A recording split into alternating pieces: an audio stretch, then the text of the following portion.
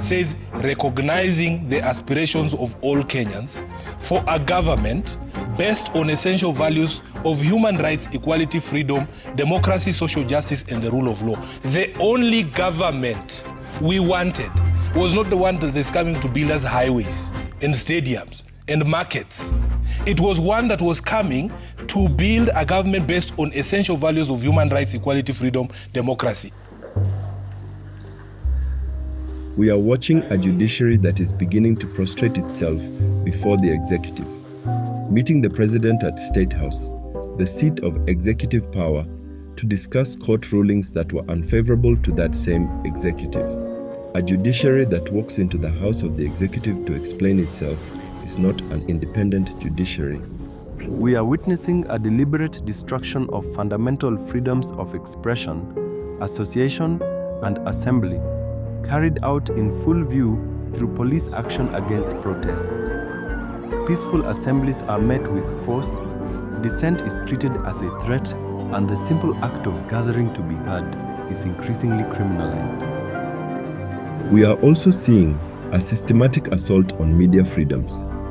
Television stations have been shut down by order of the Cabinet Secretary, broadcasts have been interrupted, and media houses are routinely threatened with the withdrawal of government advertising. Editorial independence is being pressured through economic blackmail, and journalists are being reminded, publicly and privately, that critical reporting comes at a cost. Even the media houses are doing business in Kenya. The rule of law itself is being openly undermined. Court orders are ignored or selectively obeyed. Enforcement is applied unevenly, and those aligned with power operate above consequence. The law is no longer a shield for the public, but a tool wielded against critics and opponents, applied when convenient and abandoned when it is not. Accountability is steadily being hollowed out. The national budget now openly carries provisions for confidential expenditure. Public money shielded from public scrutiny, while questions about spending are dismissed rather than answered. Oversight is weakened, explanations are optional, and responsibility is diffused until it disappears. Power is exercised without accounting, and the public is expected to trust where it is no longer allowed to see. Taken together, these are not isolated incidents or administrative mistakes. They form a pattern, an executive growing unchecked, institutions bending rather than resisting, freedoms shrinking in plain sight, and accountability receding behind secrecy. This is the reality we are living in now, and it raises a question that can no longer be avoided. If this is what our democracy looks like, then who exactly is it for? People have a right to decide who governs them, how they are governed, and by whom.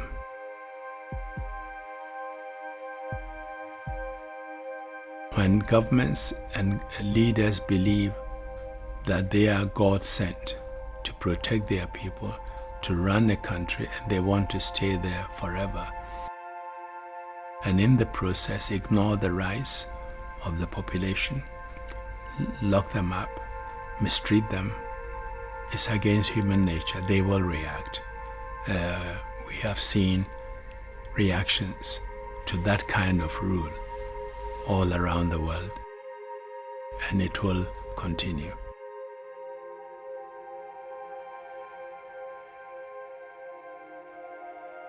When you consider the Universal Declaration of Human Rights, it's a wonderful document. The question is, do we implement them? Do we live by them? Not entirely. But I'm not disillusioned. It will take time to fully embrace and implement it, so we have to be prepared to wake up every morning, every day, ready to fight for human rights. Democracy is not a feeling. It is not an election day, and it is not a slogan in a constitution. Democracy is who holds power and who can be held accountable for it. It is whether leaders fear the law or the law fears leaders. It is whether citizens shape decisions. or only witness them. At its core, democracy is a constant struggle over who decides, who benefits, and who is protected. I want to agree with the former UN Secretary General, Kofi Annan, who said, and I quote, "Democracy is not just about one day every 4 or 5 years when elections are held, but a system of government that respects the separation of powers, fundamental freedoms like the freedom of thought, religion, expression, association, and assembly, and the rule of law. Any regime that rides roughshod on these principles loses its democratic legitimacy, regardless of whether it initially won an election," unquote. The transition from the British Kenya colony to the Republic of Kenya on December 12, 1963, is frequently narrativized as a rupture, a definitive break from the era of imperial subjugation to one of sovereign self-determination.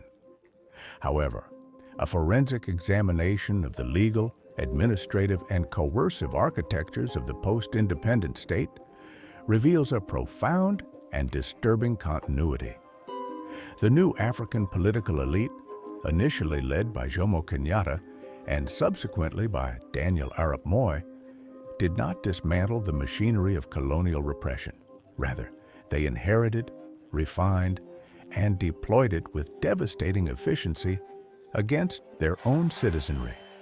The imperial presidency that emerged in Kenya was constructed upon the legal scaffolding of the colonial governorship, retaining the arbitrary powers of detention, the restriction of assembly, and the administrative despotism that had characterized British rule. Kenya attained internal self-rule on June 1, 1963, Madaraka, and full independence on December 12, 1964, Jamhuri. The Independence Constitution, negotiated at Lancaster House, was a Majimbo federal constitution. It provided for a federal system with significant regional autonomy, intended to protect minority tribes, represented by Kadu, from the dominance of the larger ethnic groups, represented by Kanu. However, the Kanu administration, led by Jomo Kenyatta, viewed regionalism as an impediment to nation building and rapid development. The regionalist Majimbo system was dismantled within a year. They argued that a young nation required a strong centralized state to forge a unified identity. The independence era began with a bicameral legislature and common adult suffrage. However, the period between 1963 and 1964 saw a rapid shift toward centralization under Jomo Kenyatta. By 1966, the two houses were merged to form a unicameral National Assembly, and the Senate was abolished. The seeds of an autocratic state were planted right at independence when in 1964, the minority Kenya African Democratic Union, KADU, under the leadership of Daniel Arap Moi, voluntarily dissolved itself and joined the Kenya African National Union, KANU, headed by the nation's first president, Jomo Kenyatta. The merger made Kenya a de facto one-party state and paved the way for a despotic executive. In the absence of an opposition, although the Constitution allowed parliamentary democracy, Kenyatta quickly created a highly centralized authoritarian republic, reminiscent of the colonial state. The reasoning was ostensibly to foster national unity, but the practical effect was the elimination of organized opposition. In 1966, the Senate was abolished and merged with the House of Representatives to form a unicameral National Assembly. This removed the primary structural check on executive power and the institutional voice of the regions. At independence, Kenya's nationalist movement was not ideologically unified. The anti-colonial struggle brought together people with fundamentally different visions of what independence should mean. Jomo Kenyatta and Oginga Odinga symbolized two divergent post-colonial futures. Kenyatta represented a conservative nationalist elite that prioritized political stability, Western alliances, private property, and gradual Africanization of the colonial economy. Odinga represented a radical nationalist and redistributive vision influenced by African socialism, Pan-Africanism, and anti-imperialist thought. Odinga was influenced by African socialism and Pan-Africanist thinkers such as Kwame Nkrumah, Julius Nyerere, and socialist intellectuals globally. He believed the state should control key industries, redistribute wealth, and prioritize social services and collective ownership. Kenyatta, in contrast, was firmly aligned with Western capitalist systems. During the Cold War, this ideological split was dangerous. Odinga's views were labeled communist by both Kenyan elites and Western governments. The United States and Britain viewed him with suspicion, while Kenyatta was seen as a reliable anti-communist ally. No doubt that they are engaged in the scramble for the new Africa. Whether they're going to be successful is one of the question marks of the future. One man is widely regarded as the communists' chief ally in Kenya. He's Mr. Oginga Odinga, Minister for Home Affairs, and widely tipped as the first vice president under Mr. Jomo Kenyatta. He's been described as anti-Western and pro-communist, and I asked him what he had to say about this. Well, let me say that I think those who think of me like that are very wrong indeed. I only laugh at them because they are short-minded and they don't know what they're doing. Why I appear to be pro-East is because the weight has been so heavily overweighted on the Western side, because Kenya has been under British, and the Americans' influence here is also very strong. And in order to be neutral, I might appear as if I'm pulling the weight in order to balance it towards the East. And anybody who's seeing me just I'm pulling in order to bring the balance, they tend to think that I go East. But I am, because I must pull towards East in order to bring about the balance. And immediately the balance comes, I can only be proud to tell you that I'm an African nationalist who will always tour what I feel is right for the African people in Kenya and in Africa. Odinga, it's also suggested, reported, that you have a private army and that you've been importing arms for this army. What's your comment on that? Well, I wish I had it, but at the present moment, I'm very sorry that I haven't got it. Is it true that you have been sending your supporters for guerrilla training in Bulgaria and other communist countries? Well, not my supporters. We have been sending the people who are thirsty for education from this country to go to all this country to search for education in any field, not one particular field.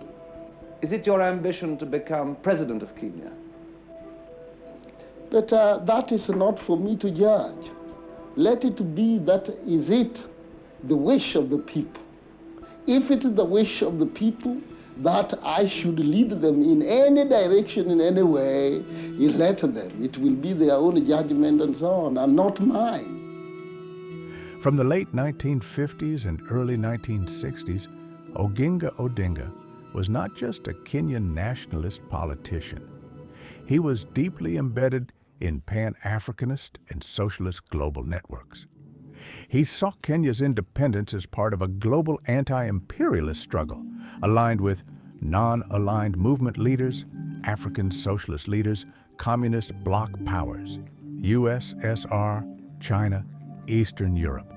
This made him ideologically closer to leaders like Julius Nyerere of Tanzania, Gamal Abdel Nasser of Egypt, Sekou Touré of Guinea, Kenneth Kaunda of Zambia, Milton Obote of Uganda, Jawaharlal Nehru of India. These relationships were both personal and ideological. He viewed them as partners in building post-colonial sovereignty.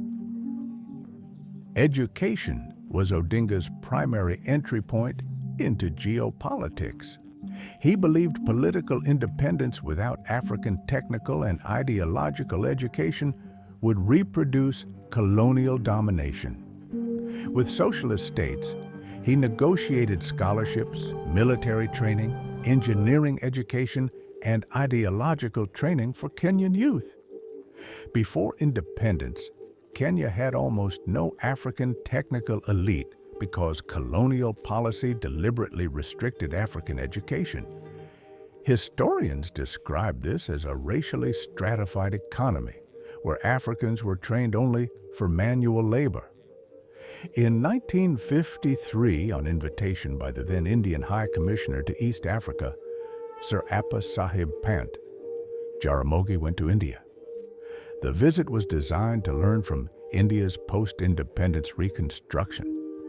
There, he spent 2 months traveling the length and breadth of India, traveling by road, rail, and air to Bombay, Kolkata, Delhi, Bengal, Chennai, to many regions generally.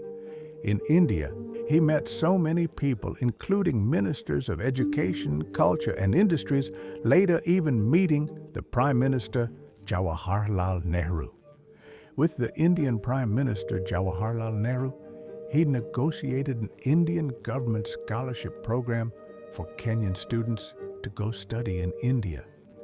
Odinga also played a direct role in sending Kenyan students to communist countries. He funded students to study in the USSR, East Germany, China, and Eastern Europe. Western intelligence explicitly monitored this as ideological infiltration. The U.S. would later support Tom Mboya's famous student airlifts to the U.S., were funded partly by American foundations and government-linked institutions to counter Odinga's socialist scholarship pipeline. Washington feared Kenya becoming a socialist state like Ghana or Tanzania. Thus, they supported a political environment that marginalized leftists, even if that meant tolerating authoritarianism. Land was the most explosive political issue in post-independence Kenya. The Mau Mau War had been fundamentally about land. African expectations were that settler land would be redistributed to landless peasants. Odinga advocated radical redistribution, especially in the former White Highlands. He argued that land should be transferred to landless Africans, not sold. Kenyatta's government adopted a market-based land transfer on a willing buyer, willing seller model financed by Britain and the World Bank. Settlers were bought out. Land was sold to Africans, mainly. Politicians, civil servants, business elites. Cooperative societies dominated by elites, Odinga had no control over land settlement schemes like the million-acre scheme. Those were dominated by the Ministry of Agriculture, the Treasury, and Kikuyu political elites aligned with Kenyatta. He criticized this openly, arguing that independence had produced a black-landed aristocracy, replacing white settlers. Because land policy was decided in elite technocratic and donor-driven institutions, Odinga's socialist proposals were ignored. This was the first major marginalization.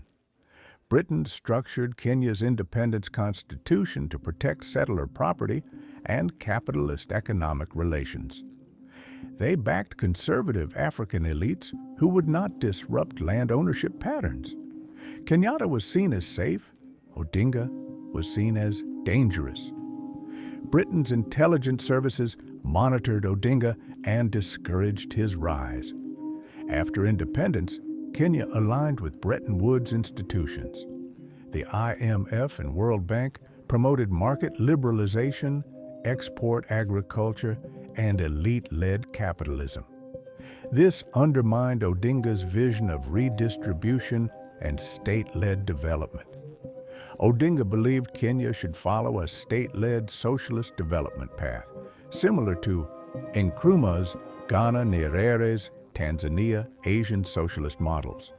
He advocated nationalization, strong state enterprises, and redistribution. Economic planning was instead controlled by Tom Mboya, Minister of Economic Planning, Mwai Kibaki, Finance, Western advisors, World Bank, IMF, British economists. They produced Sessional Paper Number 10 of 1965, which explicitly committed Kenya to capitalism, private property, foreign investment, and inequality tolerance for growth. Odinga was not the architect of this document. He opposed it, but it became Kenya's foundational economic policy. This meant the economic direction of the country was decided without him despite being vice president. In a post-revolutionary state, whoever controls the police, intelligence, and military controls politics. Odinga had no influence over the special branch, intelligence, the police, or the army. These were staffed by colonial-era officers, Kenyatta loyalists, Western-trained security elites. He was viewed as ideologically suspect due to his socialist and Eastern Bloc contacts. Western governments pressured Kenyatta to ensure Odinga had no control over security institutions. Thus, he could not protect his political faction, influence internal security decisions, or prevent state repression of his allies. Odinga's allies were systematically removed or marginalized from key positions. Figures like Bildad Kagia, Achieng Oneko J. M. Kariuki, though later killed under Kenyatta's regime, were sidelined, harassed, or politically neutralized. Civil servants suspected of sympathizing with Odinga's socialist bloc were transferred, denied promotions, and monitored by intelligence. This weakened Odinga's ability to influence policy through bureaucracy.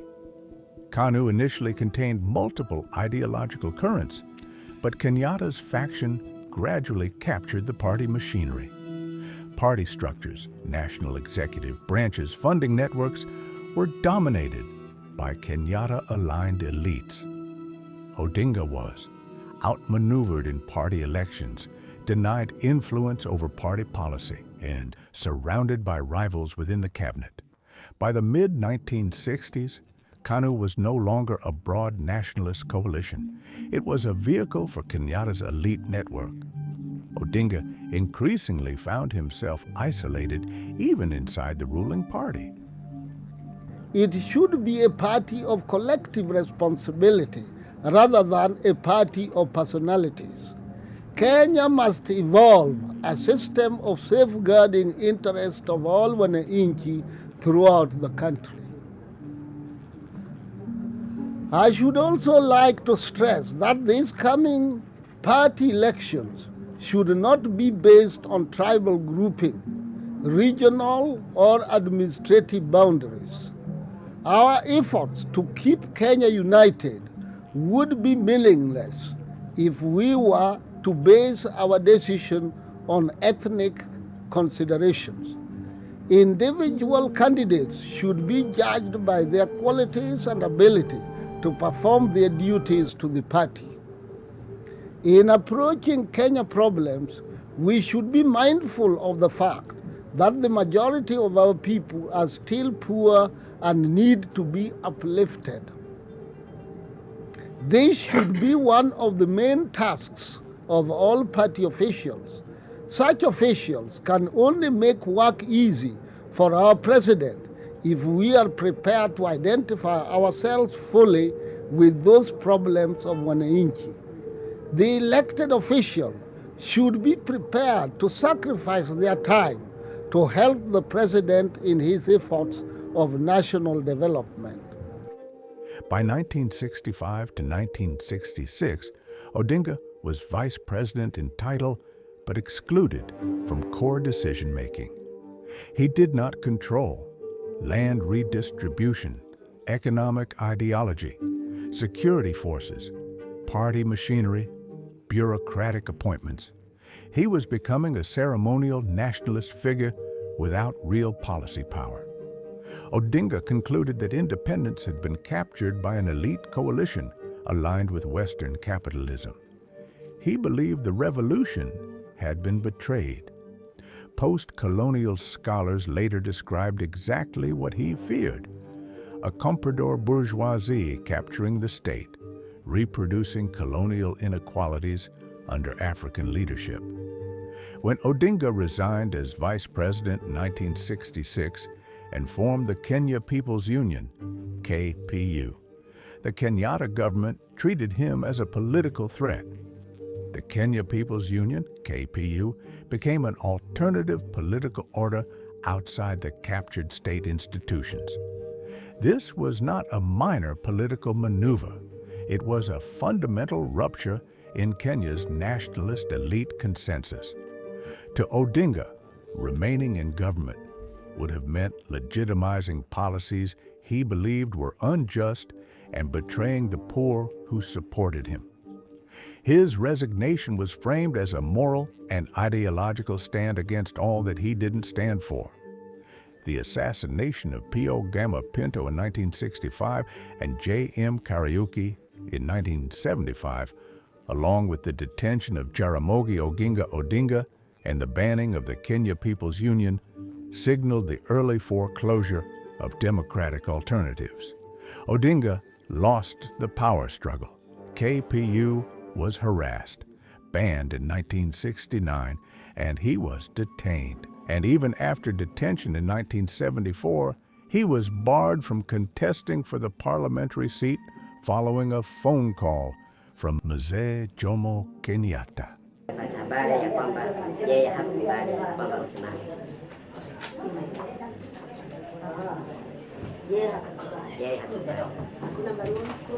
Hakuandika barua lakini nimepata habari kwa simu. Kwa simu. Hakuna maneno mengine.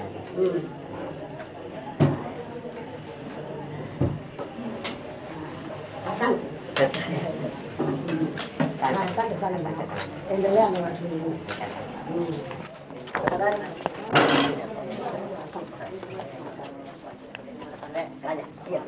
Kenyatta's model became dominant. In hindsight, Odinga appears less like a radical dissenter and more like an early theorist of Kenya's unfinished liberation. He believed independence had been hijacked and that Kenya needed a second internal liberation. Instead of dismantling the colonial repressive apparatus, the new African political elite inherited it, improved it, and used it to deadly effect against their own people. The imperial presidency that emerged in Kenya was constructed upon the legal scaffolding of the colonial governorship, retaining the arbitrary powers of detention, the restriction of assembly, and the administrative despotism that had characterized British rule. This documentary video provides an exhaustive analysis of this continuity, specifically focusing on the Retention and Weaponization of the Chief's Authority Act, the Public Order Act, and the Preservation of Public Security Act. It further examines the tangible human cost of these legal instruments through a detailed reconstruction of the Wagala Massacre of 1984, the institutionalized torture at Nyayo House, and the cyclical nature of state violence that connects the suppression of the Mau Mau in the 1950s to the brutalization of Gen Z protesters in 2024. To understand the mechanics of repression in independent Kenya, one must first dissect the legal tools forged in the crucible of colonial conquest. The British administration, faced with the challenge of governing a vast and hostile territory with limited European personnel, developed a legal framework that fused executive, legislative, and judicial powers at the local level. This fusion, termed decentralized despotism by scholar Mahmoud Mamdani, survived the transition to independence largely intact. The Chiefs Authority Act, originally the Native Authority Ordinance of 1912, was the bedrock of the colonial strategy of indirect rule.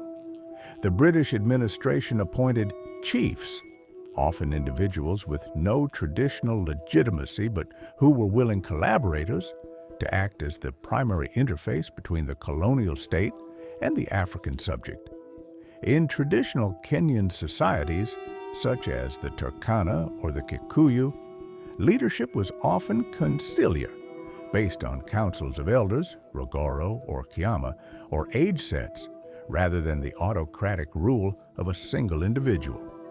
The colonial state inverted this, vesting absolute authority in the appointed chief. As detailed in historical analyses of Turkana chieftains like Abong, these individuals leveraged colonial military support to accumulate power and wealth, fundamentally altering the egalitarian nature of pastoralist society. Under the colonial regime, the Chiefs Authority Act empowered these administrators to restrict movement. Chiefs enforced the Kapande system, controlling the migration of Africans from reserves to white-settled areas. To conscript labor, the act allowed chiefs to demand compulsory labor for public works, a euphemism for infrastructure projects that benefited the colonial economy, or forceful recruitment for settler farms. To collect taxes, chiefs were the primary agents for collecting the hut tax and poll tax, coercive fiscal measures designed to force Africans into the wage economy to pay their dues, as well as the social control. They regulated the production and consumption of alcohol, controlled traditional dances, and could arrest those who disobeyed their orders without a warrant. Following independence, the Kenyatta and Moi administrations retained the Chiefs Authority Act, Chapter 128, with minimal changes. The provincial administration, a hierarchy running from the provincial commissioner, PC, down to the district commissioner, DC, district officer, DO, chief and assistant chief, became the eyes and ears of the president. Instead of dismantling this structure, the post-colonial state deepened it. Chiefs became instrumental in political mobilization, ensuring attendance at KANU rallies and suppressing opposition gatherings. State surveillance, monitoring subversive elements within the village and reporting them to the special branch.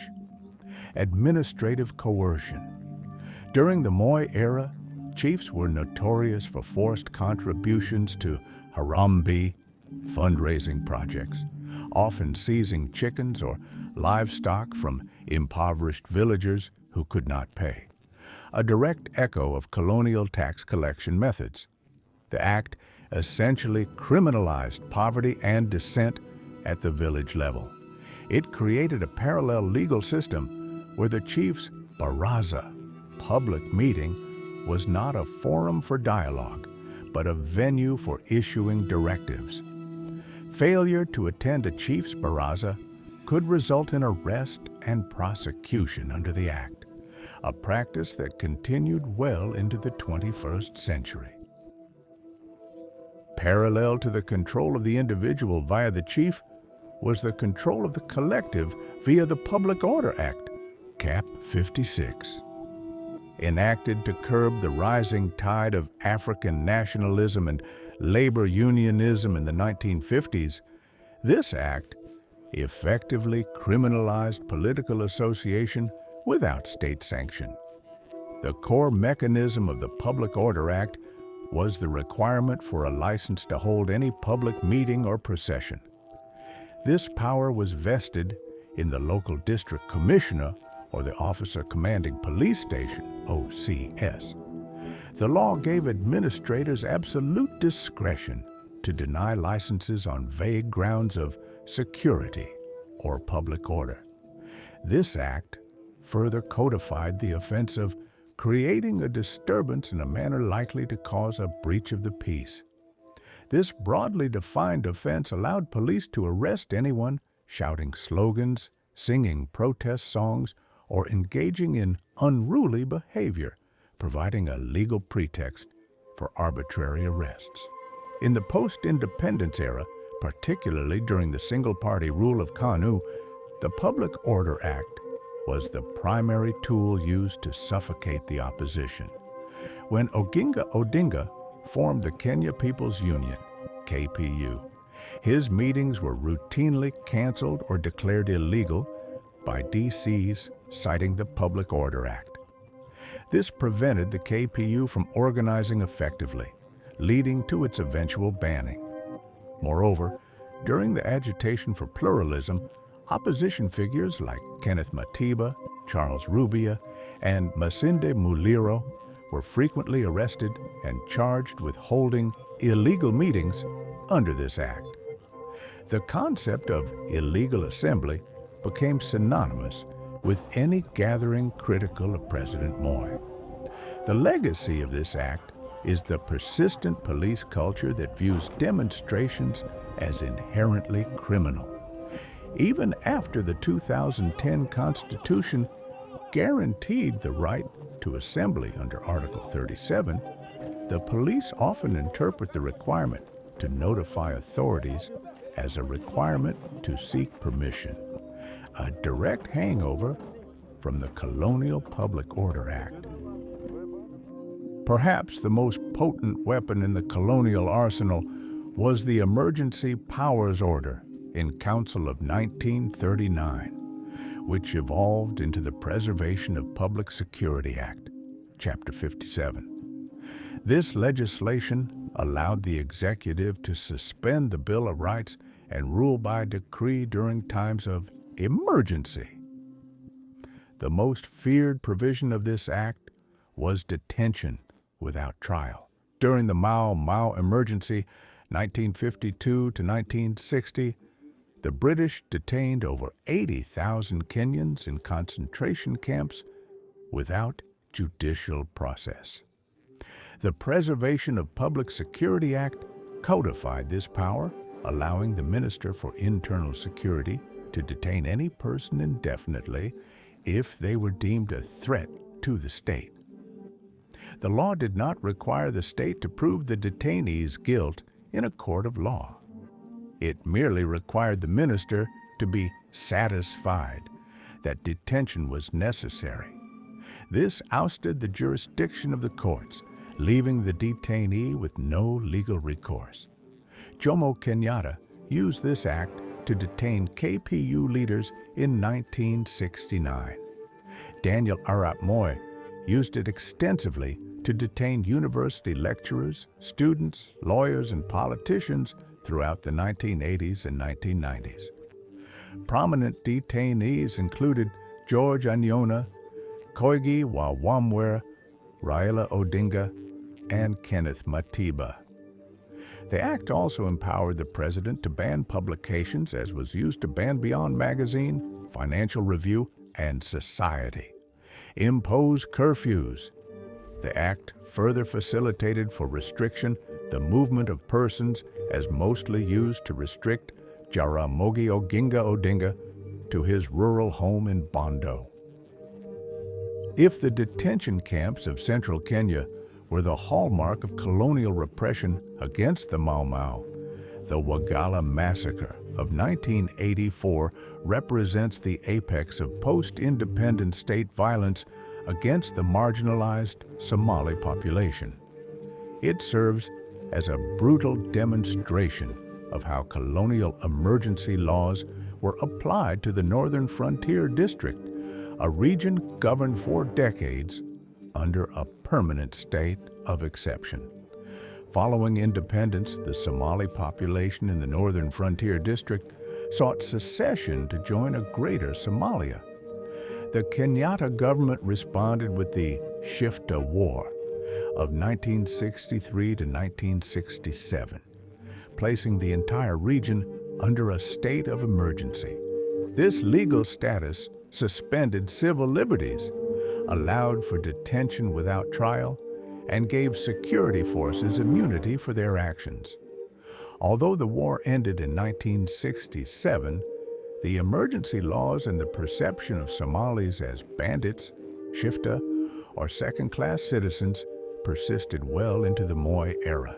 In early 1984, inter-clan skirmishes between the Dagodia and Ajuran clans over grazing rights and political representation prompted the government to launch a disarmament operation in Wajir district.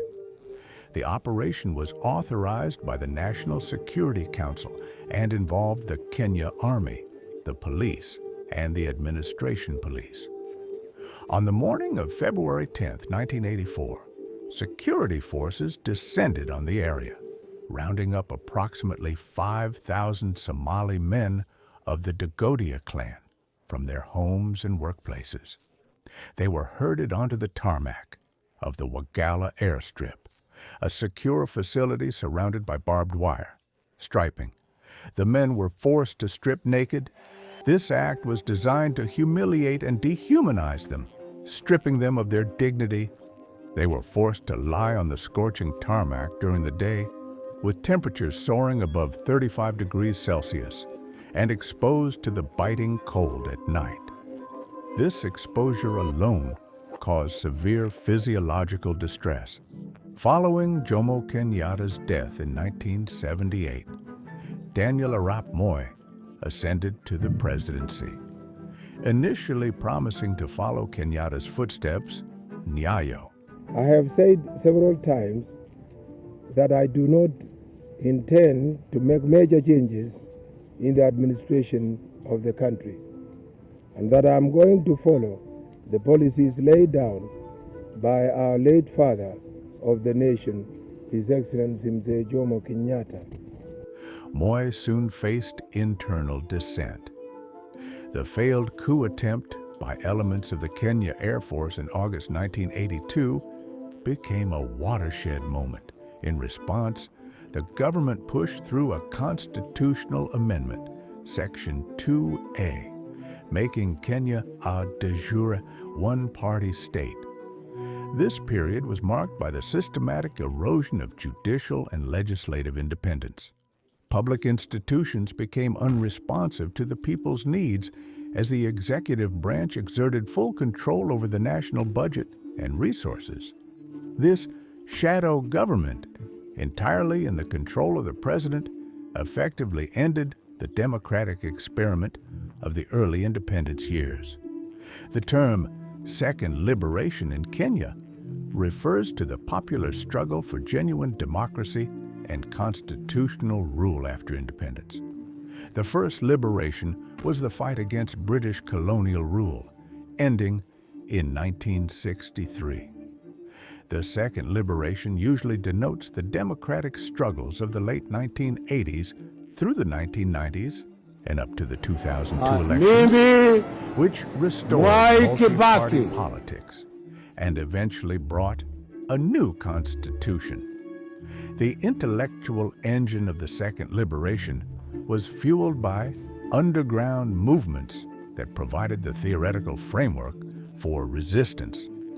These groups viewed the Moi regime not just as a dictatorship, but as a neo-colonial client state serving Western imperial interests. This movement was rooted in the legacy of the Mau Mau anti-imperialist struggle, viewing the 1963 independence as a flag independence that had betrayed the aspirations of the common people. It was in this dark crucible that the heroes of the second liberation emerged. They did not fight merely for the registration of political parties. Their draft minimum program and underground pamphlets articulated a vision of total societal transformation, land redistribution, economic sovereignty, and the restoration of human dignity.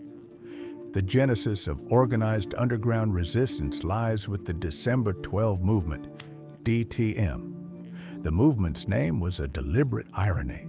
While December 12th marked Jamhuri Day, Independence Day, DTM argued that true independence had been aborted on that very date in 1963.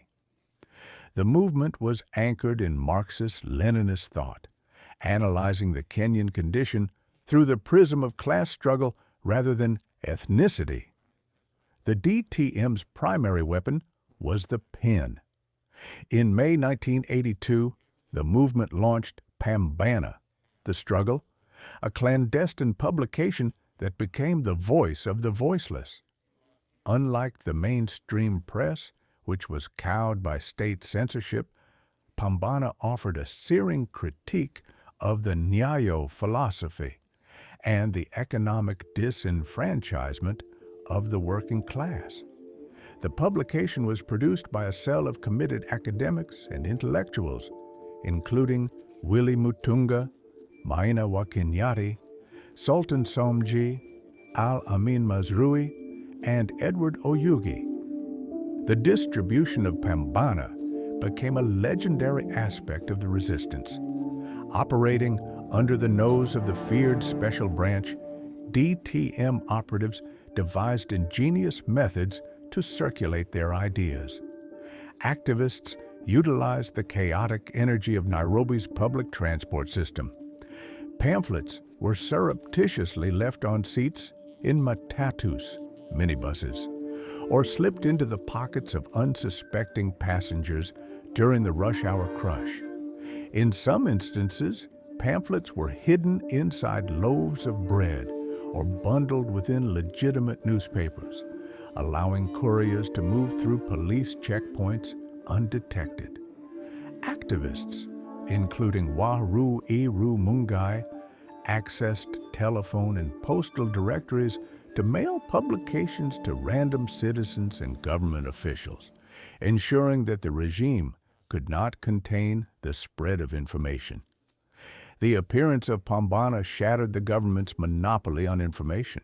It was written in Kiswahili, deliberately targeting the peasantry and the urban proletariat rather than the English-speaking elite, fulfilling Lenin's dictum that a spark can light a prairie fire.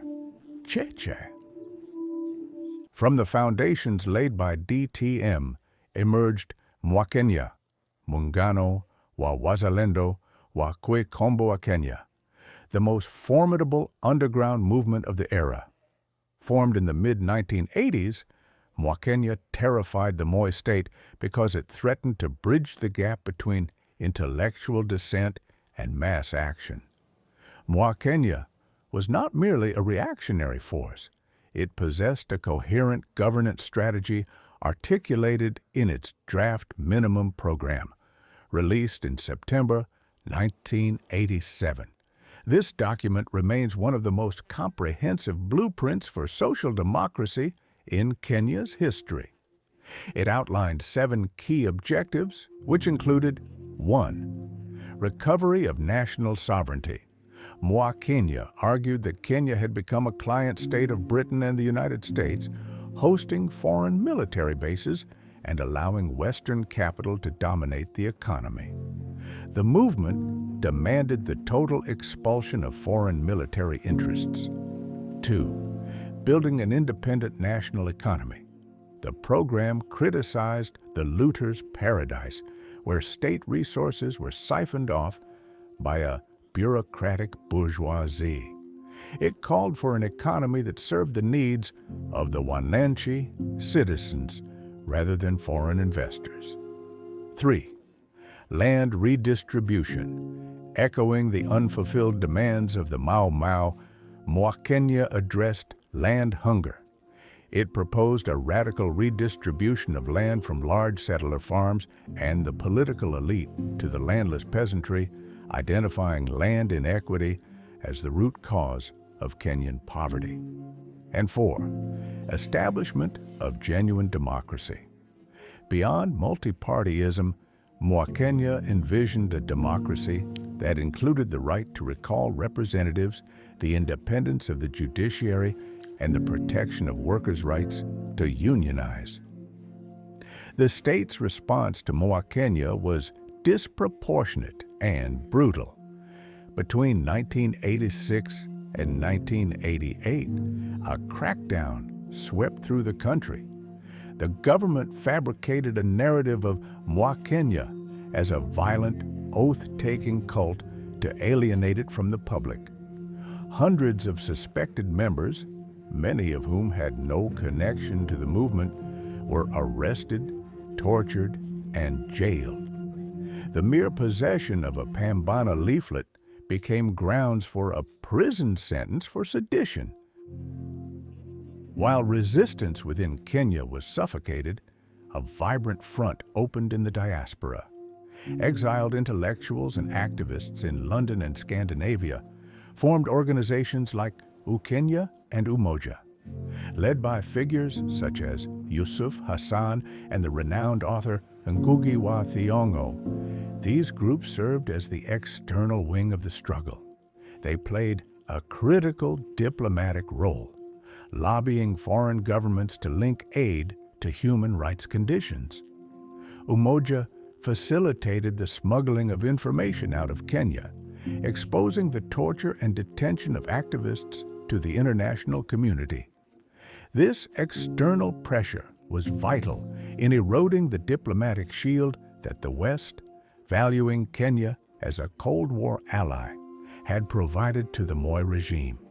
Elsewhere, the student vanguard emerged. If the underground provided the theory, the university students provided the foot soldiers. The University of Nairobi, UON, and its constituent colleges became the Parliament of the People during the years when the actual parliament was a rubber stamp for the executive. Student activism in Kenya was deeply intertwined with national politics. The student body, organized under the Student Organization of Nairobi University, SANU, viewed itself as the conscience of the nation. The radicalization of the student movement can be traced to the 1970s, particularly following the assassination of J.M. Kariuki in 1975. James Orengo, then the SANU president, led mass protests that paralyzed the capital, demonstrating the students' capacity to mobilize beyond campus grievances. By the 1980s, the stakes had risen. The 1982 coup attempt was a watershed moment. Many students, disillusioned by corruption and authoritarianism, sympathized with the Air Force rebels. In the aftermath, the state sought to crush the student movement entirely. The little-known stories of student leaders reveal a pattern of immense courage and devastating personal cost. Titus Adungosi. A tragic symbol of student martyrdom, Adungosi was the SANU chair in 1982. Arrested in the wake of the coup, he was sentenced to 10 years in prison for sedition. He died in prison in 1988 under mysterious circumstances, allegedly due to denial of medical treatment. His death radicalized a generation, proving that the state was willing to kill its own youth. Mwandawiro Maganga, elected SANU chair in 1985, Maganga was a fearless orator. He famously inspected a guard of honor during a student assembly, an act of symbolic defiance that mocked the rituals of the presidency. He was arrested, tortured, and jailed for his alleged links to Mwakenya. Upon his release, he fled to Sweden, but remained a key figure in the external resistance. Wafula Buke. Buke's story reads like a thriller. Elected SANU chair in 1987, he served for only 9 days before being arrested. The state accused him of being a Libyan spy, a fabrication designed to link student dissent to the geopolitical machinations of Muammar Gaddafi. Buke was sentenced to 5 years. His prison memoirs detail the psychological torture of confinement, where the only resistance left was the refusal to break. Shem Ochuodho, Karl Marx. Known for his Marxist leanings, Ochuodho was instrumental in the underground student networks. Forced into exile, he became a pivotal organizer of the Kenyan Community Abroad, KCA, in the United States, lobbying for the inclusion of dual citizenship and democratic reforms in the constitutional review process. In a bid to tame the radicalism of the university, the Moi regime introduced mandatory pre-university training at the National Youth Service, NYS, in the 1980s. The objective was to instill discipline and indoctrinate students with Nyayoism, peace, love, and unity. Paradoxically, the program backfired by gathering students from diverse ethnic and social backgrounds in a paramilitary environment. The state inadvertently forged strong bonds of solidarity among them. The shared hardship of the camps created a unified generational consciousness that, upon reaching campus, transformed into a more organized and militant resistance against the very regime that sought to co-opt them. While underground movements operated in the shadows, a group of backbenchers in Parliament provided vocal opposition to the regime. Attorney General Charles Njonjo coined the term Seven Bearded Sisters in 1981 to disparage these MPs, drawing a comparison to Karl Marx. These individuals were instrumental in laying the foundation for multi-party democracy through their intellectual rigor and relentless opposition to autocratic policies. The seven were James Orongo, representing Kitutu East Ugenya constituency. He was a vocal opposition leader and faced exile in Tanzania, Uganda, and Zambia. Mashengu wa Mwachofi, representing Wundanyi constituency. He himself was a pioneer of parliamentary dissent and consistently challenged for government accountability. Koigi wa Wamwera, representing Nakuru North constituency, who criticized ethnic discrimination and, as a result, spent years in detention and exile in Norway. Lawrence Sifuna, representing Bumula constituency, he was a left-wing backbencher and a vocal critic of government ties with Western powers.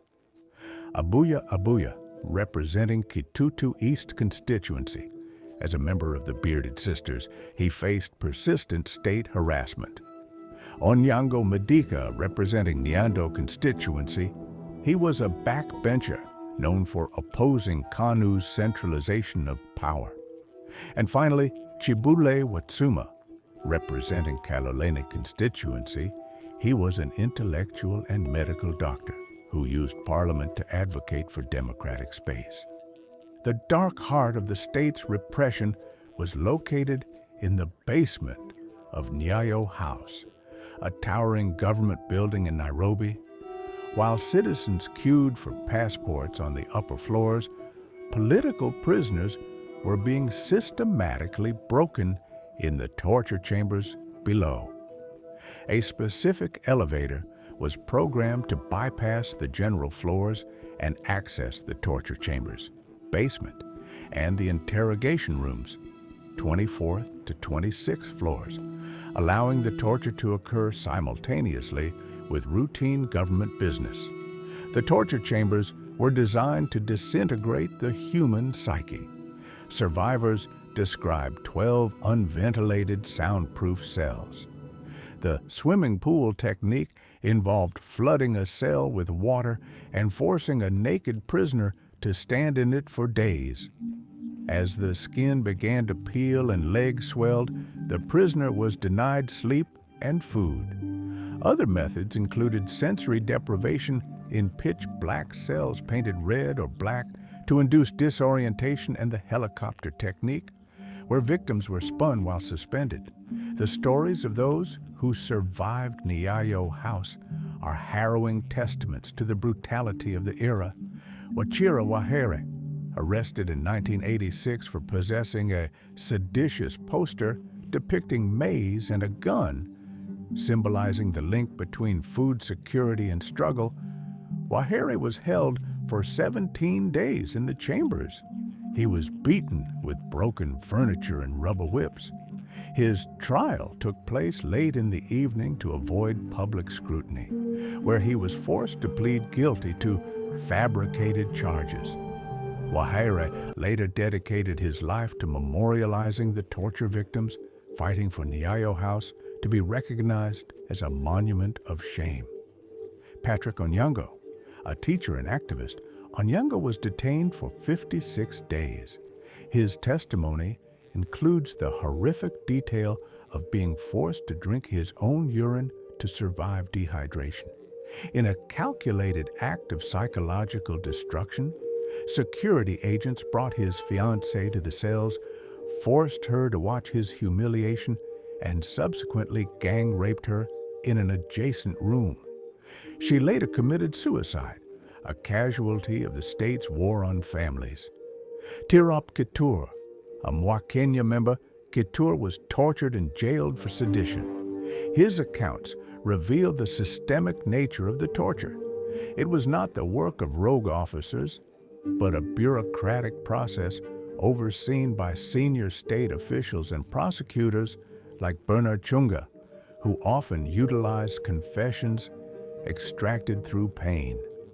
The existence of these chambers was vehemently denied by the government for years, but the physical and psychological scars of hundreds of Kenyans serve as irrefutable evidence of the regime's depravity.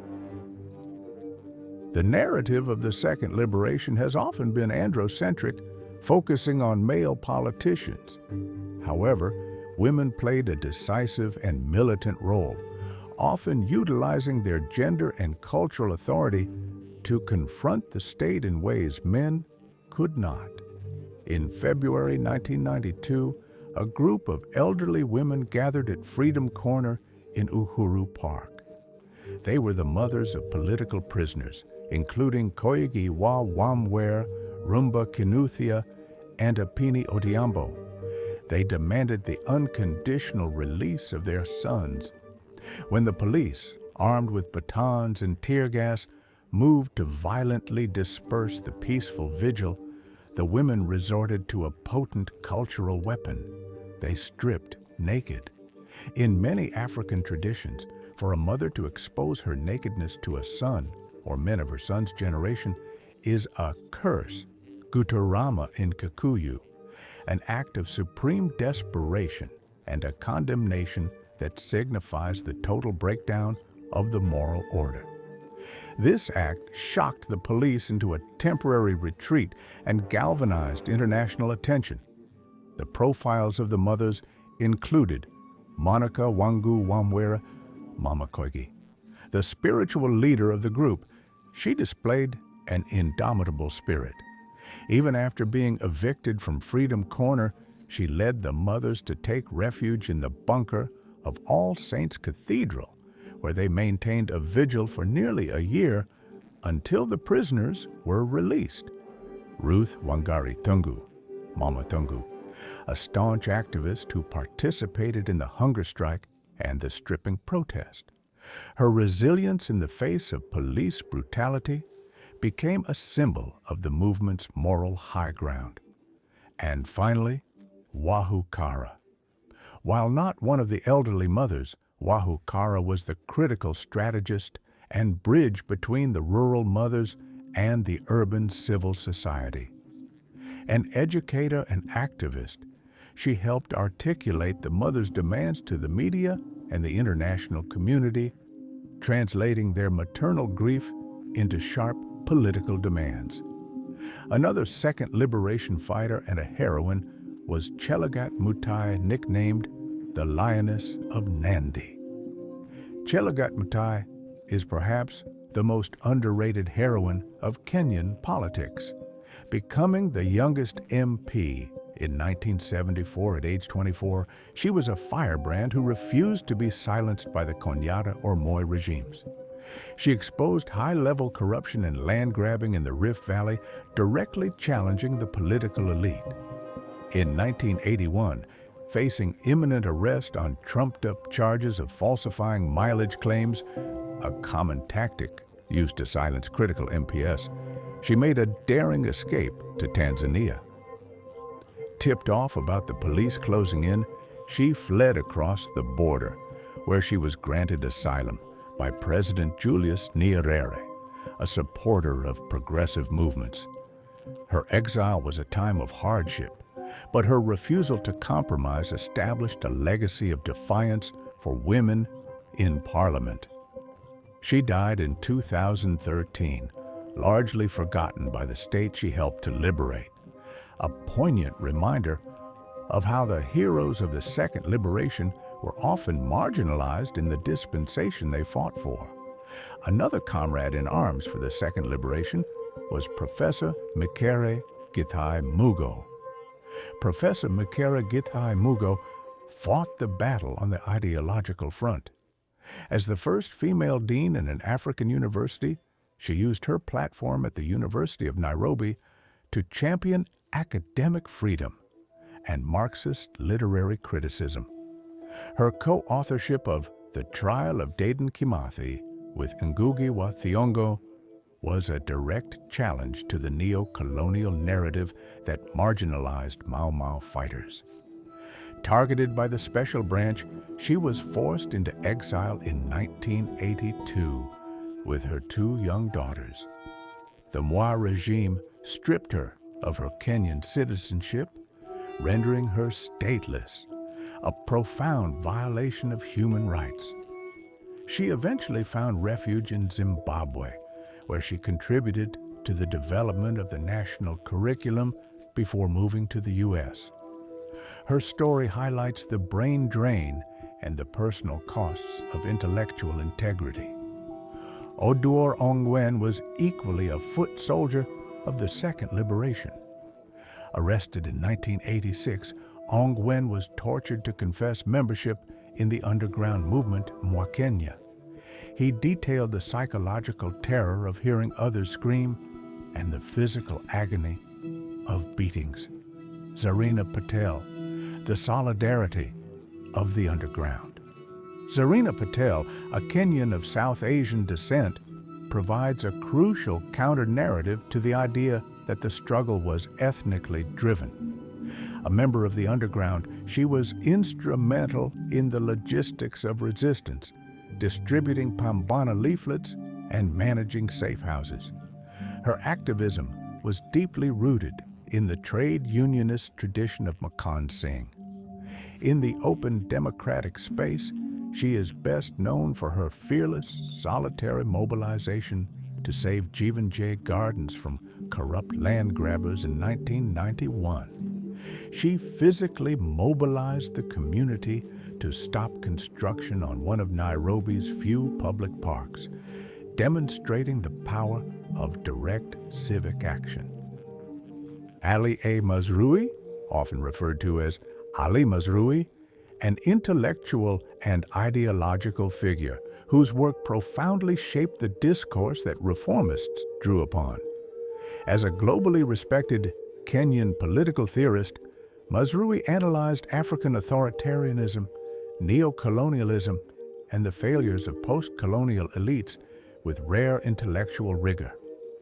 His critiques of one-party states, militarism, and elite capture of independence gains circulated widely in African universities and among Kenyan reform intellectuals in exile. Through his writings and media work, including global television series such as The Africans, A Triple Heritage, he helped articulate the theoretical justification for pluralism, civil liberties, and constitutionalism in Africa. Reform activists and scholars often reference Mazrui to argue that Africa's crisis was not cultural, but institutional and political. In this sense, he was a second liberation ideologue, shaping how Kenyan reformists understood democracy, identity, and power. Kaimoji Wajir emerged from grassroots political mobilization networks, especially within central Kenya's dissident circles that opposed Moi's authoritarianism. He was part of the constellation of local organizers who sustained clandestine political education, coordinated opposition messaging, and mobilized rural communities against KANU's repression. Figures like Kaimoji were crucial because the Second Liberation was not only fought in Nairobi by lawyers and parliamentarians, it depended on local organizers who built parallel political consciousness under constant surveillance by the special branch. Oral histories describe him as involved in underground civic mobilization and resistance networks that linked rural communities to national reform coalitions. Katama, or Katamba Mukangi, was part of the radical intellectual activist milieu that connected student movements, trade unions, and civil society organizations during the late 1980s and early 1990s. He is remembered in activist literature as a mobilizer and political educator who helped articulate the demand for multi-party democracy, human rights, and constitutional reform. Mukangi's role fits into the broader pattern of the Second Liberation. University-based intellectuals and activists translating academic critiques of authoritarianism into mass political demands. His work bridged elite discourse and popular mobilization. When Parliament was silenced and the media gagged, the church pulpit became the only remaining space for free expression. A bold section of the clergy developed a theology of risk, using scripture to dismantle the legitimacy of the authoritarian state. Bishop Alexander Mouge of the Anglican Church, Eldoret Diocese, was a thorn in the flesh of the Moi regime. He relentlessly preached against corruption, tribalism, and the Mlolongo Q voting system rigged to favor regime loyalists. His death in 1990 is one of the most chilling chapters of the struggle. Cabinet Minister Peter Okondo publicly warned Mouge that if he set foot in Busia, he would not leave alive. Defiant, Mouge declared, "Let them kill me, but the truth will remain." On his return journey from Busia on August 14, 1990, he died in a suspicious road accident. Testimony provided to the Truth, Justice, and Reconciliation Commission, TJRC, by former intelligence officer James Lando Kwatenge confirmed that this was a state assassination. The operation, codenamed Shika Psumari, involved a team of special branch officers, dog handlers, who trailed the bishop and induced the accident using a smoke-emitting lorry to blind his driver. Mouge paid the ultimate price for his refusal to be silenced. Reverend Timothy Nyayo of the Presbyterian Church, PCEA, is credited with breaking the psychological dam of fear in 1990. On New Year's Day, in a sermon at St. Andrew's Church, echoing themes he preached at Gikomba Market, Nyayo drew a direct parallel between the collapse of communist dictatorships in Eastern Europe and the one-party state in Kenya. He argued that the one-party system was doomed to fail and historically obsolete. This sermon sparked a national debate that the regime could no longer suppress, directly emboldening politicians like Kenneth Matiba and Charles Rubia to launch the campaign for multi-partyism. Nyayo was frequently beaten by police, most famously outside Parliament, an image that broadcast the brutality of the state to the world. Bishop Henry Okulu provided the intellectual and theological grounding for the democratization movement. He argued that peace without justice is a hollow dream, and systematically dismantled the state's narrative that multipartyism would lead to tribal chaos. Okulu used his international standing to protect activists and provided a moral shield for the opposition movement. The disparate streams of resistance, underground intellectuals, students, women, and clergy, eventually converged in the formation of the Forum for the Restoration of Democracy, FORD, in 1991. The struggle culminated in the Saba Saba uprising on July 7, 1990. Despite a government ban, thousands of Kenyans poured into the streets of Nairobi to attend a rally called by Matiba and Rubia. The culmination of these disparate struggles occurred on July 7, 1990, Saba Saba, when a mass rally at Kamukunji grounds challenged the state's ban on public assembly. Leaders like Martin Shikuku, James Orengo, and Rumba Kinuthia rode through the streets on a pickup truck, flashing V signs for pluralism, while security forces hurled tear gas at cheering crowds. The spirit of Saba Saba symbolized a total rejection of state dominance. The brutal police response, which left more than 20 people dead and led to the detention of the leaders, marked the point of no return. The regime had lost its legitimacy. The term Young Turks in Kenya's second liberation is an informal political label used by journalists, activists, and scholars to describe a cohort of younger, radical, reform-oriented politicians and intellectuals who challenged the Moi regime from the late 1980s through the 1990s. It is borrowed from the Ottoman Young Turks movement to signal youth, ideological militancy, and a challenge to an aging authoritarian elite. In Kenya, the label distinguished them from older opposition figures like Kenneth Matiba and Charles Rubia, who were establishment elites turned dissidents, whereas the Young Turks were more ideological, activist, and movement-oriented. Raila Odinga was the most prominent of this group and the symbolic bridge between the first and second liberation. As Jaramogi Oginga Odinga's son, he inherited a tradition of radical nationalism, but he also emerged in his own right as an engineer, underground organizer, and later political detainee. Raila was part of clandestine networks in the 1980s that discussed socialist alternatives and constitutional reform. His detention without trial, association with underground movements like the Revolutionary Democratic Alliance, and later leadership in the National Development Party positioned him as a mass mobilizer with ideological depth.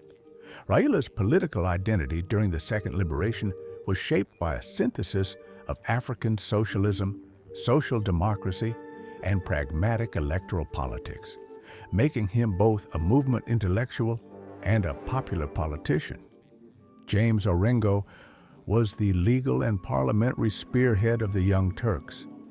A brilliant lawyer and orator, Orengo used the courtroom and parliament as arenas of resistance. He defended political detainees, challenged unconstitutional laws, and used parliamentary privilege to expose state abuses. Orengo represented the constitutional and legalist wing of the Second Liberation, arguing that Moi's regime was illegal, illegitimate, and unconstitutional, even by its own laws. His speeches in Parliament during the transition to multi-party politics are often cited as some of the most intellectually rigorous democratic critiques in Kenya's history. Gitobu Imanyara was the intellectual dissident journalist of the Young Turks. As a lawyer and editor of Nairobi Law Monthly, he published investigative and reformist material when mainstream media was censored or cowed. Imanyara was detained and tortured, but he continued to use legal scholarship and journalism to challenge authoritarianism. His journal became a platform for constitutional debate, human rights advocacy, and critiques of the security state. Imanyara represents the print intellectual and legal publication dimension of the Second Liberation. where ideas were weaponized against dictatorship. Katama Mukangi is more difficult to place in the canonical historiography. He appears in activist, student, and civil society networks associated with the reform movement, particularly among intellectual and organizational circles that linked universities, NGOs, and political activism. Unlike Raila, Orengo, or Imanyara, Mukangi does not appear prominently in mainstream academic histories, biographies, or human rights documentation as a national-level leader. Where he is referenced, it is usually as a mid-level organizer or intellectual activist within reformist circles. This does not mean he was insignificant. Many second liberation actors operated in semi-clandestine networks that never entered formal archives. But it does mean that his historical footprint is thinner and relies more on oral histories and activist recollections than on widely cited scholarly sources. What unified the Young Turks was not age alone, but a shared generational consciousness and ideological posture.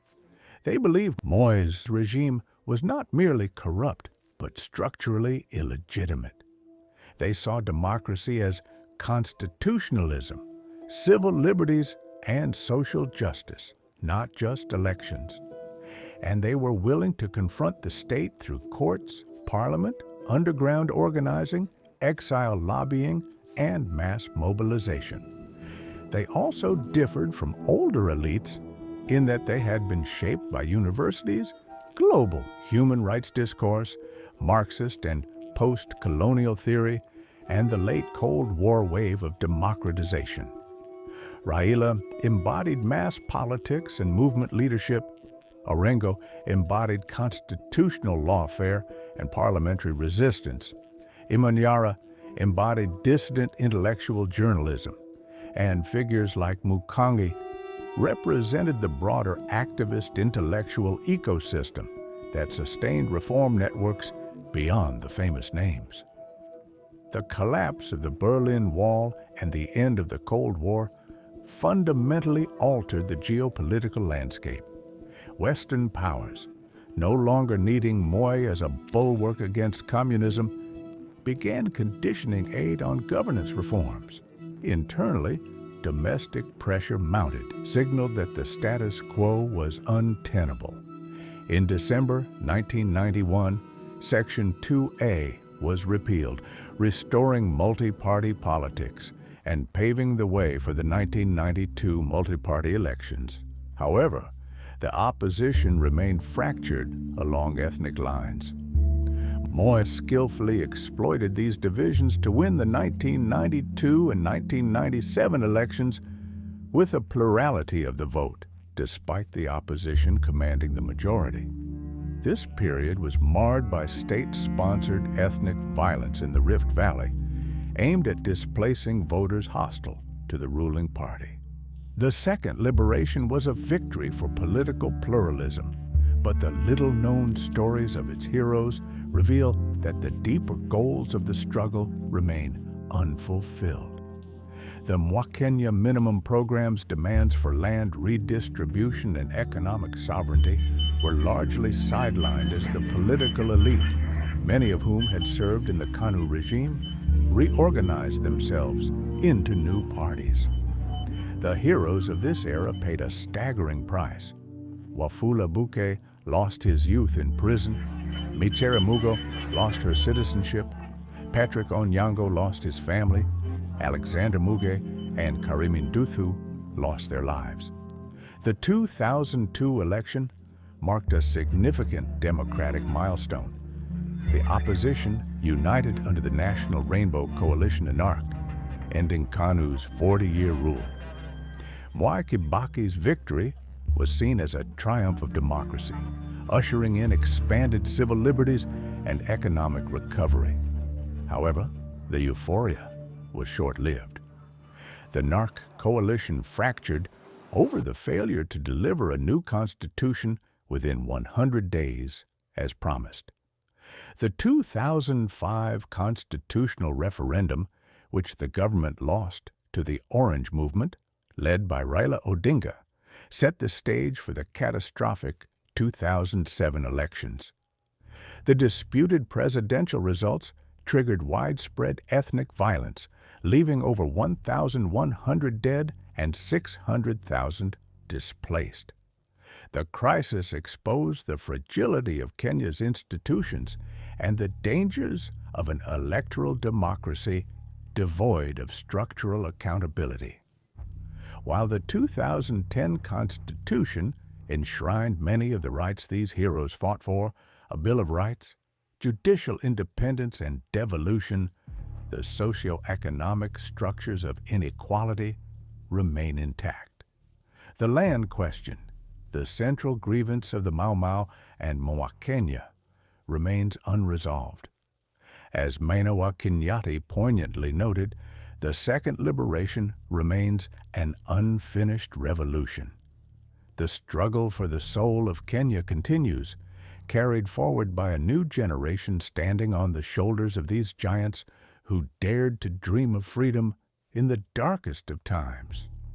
The 2010 Constitution is widely regarded as the most significant political development since independence.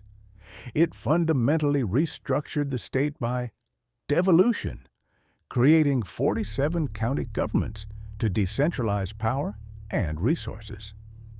A comprehensive Bill of Rights, enshrining a comprehensive array of socio-economic and political rights. Judicial independence, establishing a Supreme Court and reforming the judiciary. Separation of powers, removing the president from the legislature and requiring parliamentary approval for key appointments. The Jubilee administration, 2013 to 2022, presided over the implementation of this Constitution. While devolution partly took root, however underfunded, the period was also characterized by a tyranny of numbers in Parliament and attempts to claw back civic space. The 2017 election was notable for the Supreme Court's unprecedented decision to nullify the presidential result due to illegalities and irregularities, a testament to the growing independence of the judiciary. The presidential election held on 8 August 2017 was not conducted in accordance with the Constitution and the applicable law, rendering the declared results invalid, null, and void. I think this is the first judgment in the entire continent of Africa which have upset an election, a presidential election. And therefore, this Supreme Court of Kenya, this time around, has done Kenyans proud and live up to its principles.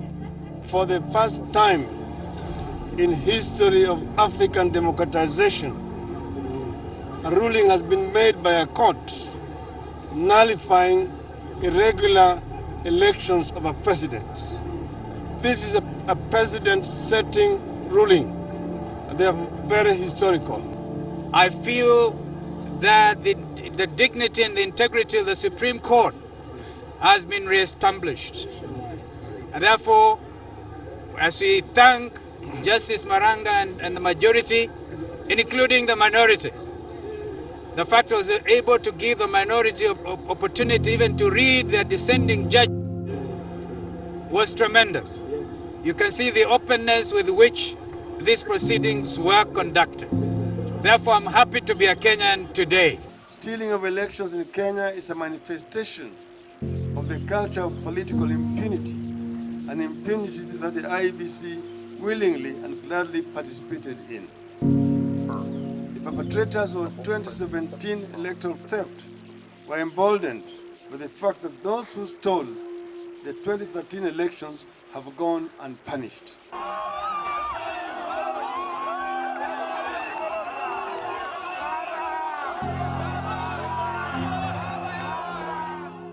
The Constitution of Kenya 2010 was the culmination of decades of struggle by detainees, exiles, clergy, students, civil society, and ordinary citizens who had challenged authoritarianism since independence.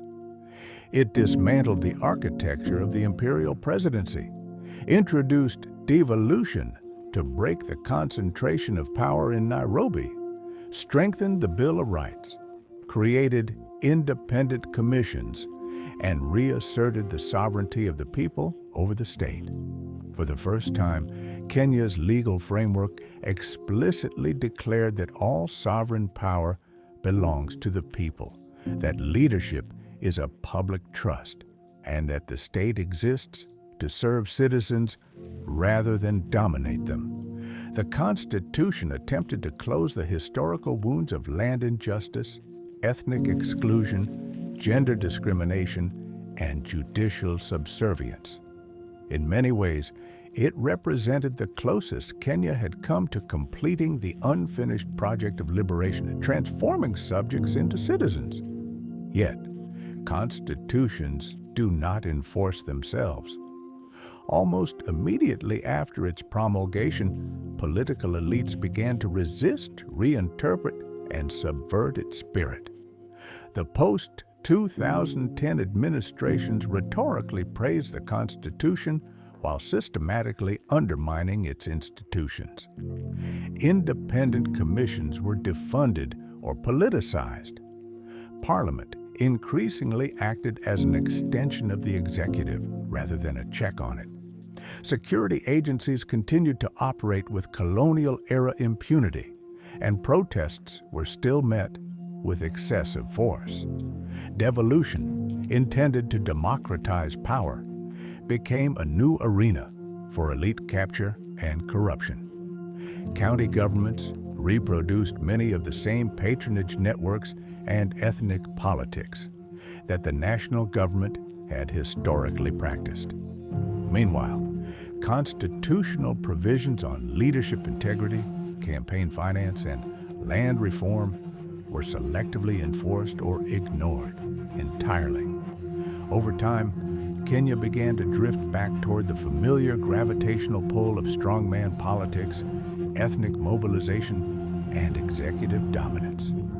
Constitutionalism became performative rather than transformative. The democratic gains of the Second Liberation, pluralism, civil liberties, judicial independence were increasingly treated as obstacles rather than foundations of governance. This regression reveals a deeper truth. Kenya's struggle for democracy was never only about laws.